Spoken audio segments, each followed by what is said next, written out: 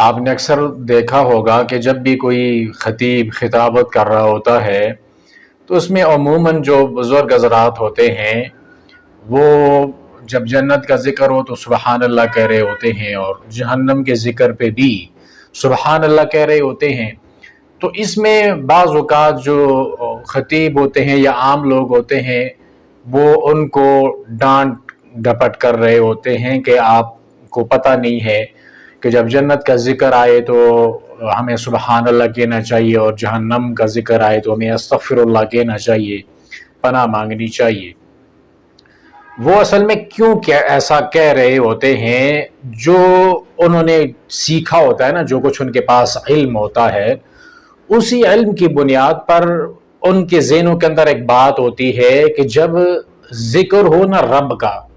رب کی بات ہو رہی ہو، رب چاہے جنت کا ذکر کرے یا رب چاہے جہنم کا ذکر کرے، ہم نے رب کی بات پہ سبحان اللہ کہنا ہے کہ اللہ پاک ہے، کیا کمال بات کر دی ہے رب العالمین نے۔ وہ اس طرح سے وہ کہہ رہے ہوتے ہیں۔ ویسے یہ تو کہیں بھی نہیں لکھا ہوا کہ جب جنت کا ذکر آئے تو آپ نے تبھی سبحان اللہ پڑھنا ہے، یا کہیں پہ نعمتوں کا ذکر ہو، اللہ کی رحمت کا ذکر ہو تو تبھی سبحان اللہ پڑھنا ہے، اور جب عذاب آئے تو آپ نے لازمی طور پر استغفر اللہ پڑھنا ہے۔ جب جہنم کا ذکر ہوتا ہے اس وقت سبحان اللہ کہنے کا یہ مطلب بھی تو ہو سکتا ہے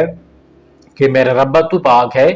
تو جانتا ہے کہ میرے پاس ہزاروں عیب ہیں، اگر تم مجھے بھی پاک کر دے اور اس جہنم سے بچا لے تو سبحان تو ہی ہے، سبحان اللہ، عجب بات ہے۔ تو اس طرح سے بھی تو کوئی سبحان اللہ کہہ سکتا ہے۔ ہم لوگ جب بھی کچھ تھوڑا بہت ہمارے پاس علم کا قطرہ ایک آ جاتا ہے نا تو سمجھنے لگتے ہیں کہ بس ہمارے پاس ہی سب کچھ ہے، باقی جو ارد گرد کے لوگ ہیں، وہ چاہے عام لوگ ہیں، عوام ہے، علماء ہیں، وہ سارے کے سارے میرے علم کے مقابلے کے نہیں ہیں، بس میرے پاس جو کچھ ہے نا وہ کسی اور کو پتہ نہیں ہے۔ تو پھر اس غرور کے اندر کچھ نہ کچھ ایسی باتیں کہہ جاتے ہیں کہ کسی کو نہ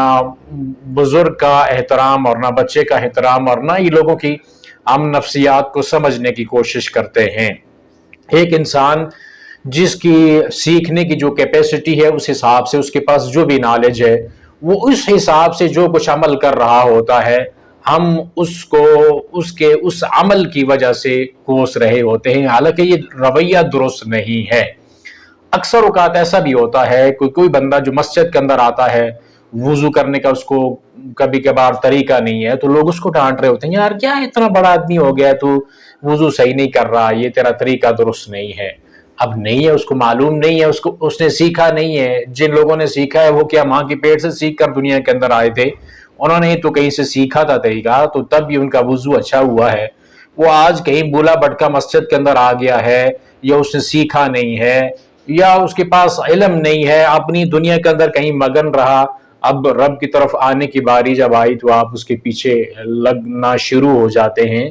تو یہ رویے درست نہیں ہے۔ نرمی کے ساتھ کوئی بھی بات سمجھائی جائے تو اس کا اثر دیر پا ہوتا ہے۔ پیارے نبی علیہ الصلوۃ والسلام مسجد نبوی کے اندر ہے، اور ایک اعرابی اپنے اونٹ سمیت مسجد کے اندر داخل ہو کے اونٹ کو مسجد کے ستون کے ساتھ باندھتا ہے، اور کونے کے اندر مسجد کے اندر بیٹھ کے پیشاب کرنا شروع کر دیتا ہے۔ مسجد کون سی ہے؟ مسجد نبوی ہے، اور صحابہ اکرام کا جمگٹھا وہاں پہ بیٹھا ہوا ہے، اور مدینہ طیبہ ہے، نبی علیہ الصلوۃ والسلام کا شہر مدینہ ہے، تو وہ وہاں پہ وہ مسجد نبوی کے اندر پیشاب کر رہا ہے۔ تو لوگوں نے جب اس کو ڈانٹنا شروع کیا تو پیارے پیغمبر علیہ السلام نے فرمایا اس کو چھوڑ دو، پیشاب اس کو کرنے دو۔ جب وہ پیشاب کر چکا تو اللہ کے نبی صلی اللہ علیہ وسلم نے فرمایا کہ پانی کا ایک ڈول لاؤ اور اس کے اوپر بہا دو۔ تو رویے جو ہوتے ہیں نا یہ انسان کے اوپر بہت گہرا اثر رکھتے ہیں۔ اسی لیے کہتے ہیں کہ جو بہترین واعظ ہوتا ہے نا وہ کردار ہوتا ہے، تقریر نہیں ہوتی، آپ کا خطاب نہیں ہوتا۔ خطاب آپ کا بہت کم اثر کرتا ہے، جبکہ جو آپ کا کردار ہوتا ہے وہ لوگوں کے اوپر بہت زیادہ اثر چھوڑتا ہے۔ تو لوگوں کی نفسیات کو سمجھ کر اس کے مطابق بات کریں، اور آگے جو بندہ اس چیز میں سے کوئی چیز لے رہا ہے تو وہ اپنی کیپیسٹی کے مطابق، اپنے نالج کے مطابق اور اپنی حیثیت کے مطابق اس چیز کو لے رہا ہے۔ جب اس عمل کے اندر عمل کرنے میں وہ کوئی غلطی کر رہا ہوتا ہے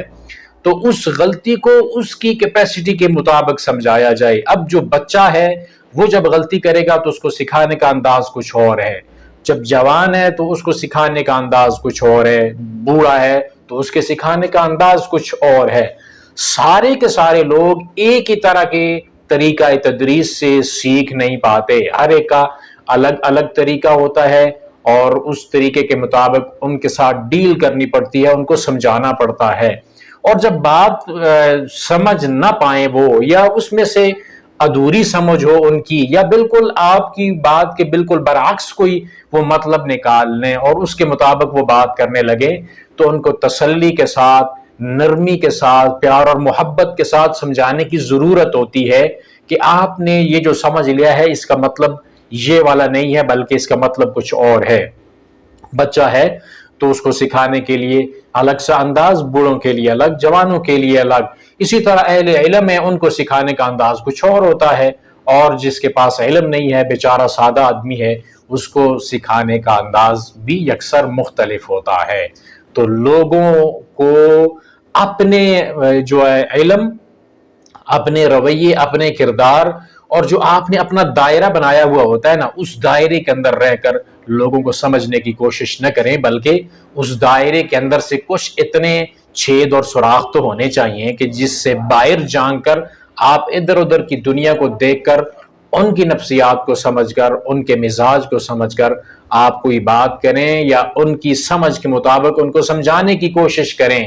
تو پھر اس سے بڑے اچھے نتائج جو ہے وہ